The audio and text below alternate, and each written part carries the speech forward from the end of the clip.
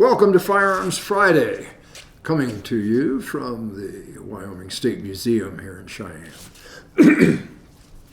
I'm Evan Green. I'm the firearms historian for the museum, and as I've been working through the collection of firearms in the permanent collection, I find some interesting ones that I want to share with you guys. So today we're going to talk about the Smith & Wesson Schofield revolver. I've actually done a video on this one before, but I wanted it here to compare with what it would have looked like, what it would have been before it was modified.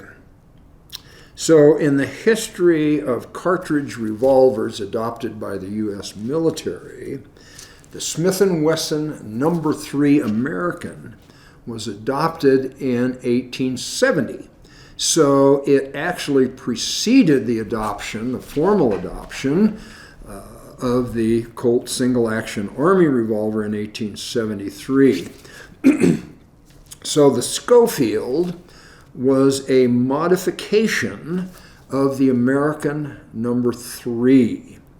These are chambered in a proprietary cartridge, the .45 Schofield, which is shorter than the .45 Colt that was chambered in the single-action Army in 1873. So one of the problems that arose when some units were issued the American No. 3, or later the Schofield, is that they had to use and acquire that specific cartridge for their revolvers.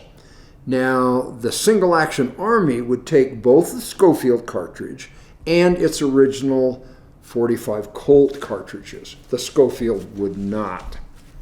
So Schofield, Major George Schofield, developed a modification to the Smith & Wesson No. 3. And that modification was intended to make the Schofield easier to use, to unload and reload from horseback. Now, you know that the old single-action Army, in order to unload it, you had to open this loading gate on the side, you had to run this ejector rod back and forth to empty all 6 chambers, and then you could load them one at a time through the loading gate. And while this was a very efficient and useful handgun, it just wasn't that handy if you were on horseback. So what Schofield developed, I'm going to get my gloves caught in this, but what he developed was this frame-mounted latch, which meant you could open that cylinder with one hand because you could pull this latch, you could hit the barrel against your leg or your saddle, and when the firearm opened like that, that ejector star would come up and eject all the empty cartridges, the loaded ones too, if you hadn't shot them all. But then you had this open cylinder where you could insert new cartridges in there. So it was really quite innovative and very popular among certain cavalry units, particularly the 9th and 10th Cavalry. And George Schofield was a commanding officer in the 10th Cavalry. And the 9th and 10th Cavalry were the units for the Buffalo Soldiers. This is back when the American military was segregated, and the black soldiers, freed slaves, freedmen, were assigned to segregated units, both infantry and cavalry. So it's possible that this revolver may have been issued to a Buffalo Soldier, but the records about the issuing of Schofield revolvers are so generic that it's impossible to tie that down for sure. It falls generally within the serial number range of revolvers that may have been issued to Buffalo Soldiers in the 9th and 10th Cavalry, but that could not be confirmed. This is a really nice example, by the way. It's got probably 90% of its original finish, no cracks in the grips, everything looks very good, functions as it was designed. Really nice revolver.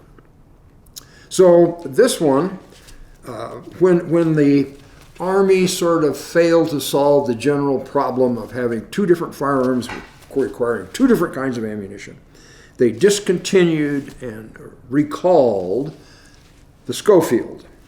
And many of them were then converted. The barrels were shortened, and this one in particular is nickel plated. And what's really cool about this one is that the markings on it say Wells Fargo. So it was no doubt, well, I had the Smith Wesson Collectors Association. I consulted with them, sent them a lot of pictures about the markings, and they decided probably 99% that the markings were legitimate, and this was actually a revolver that had been used by the Wells Fargo company by its agents. So that's pretty cool that we could track that down.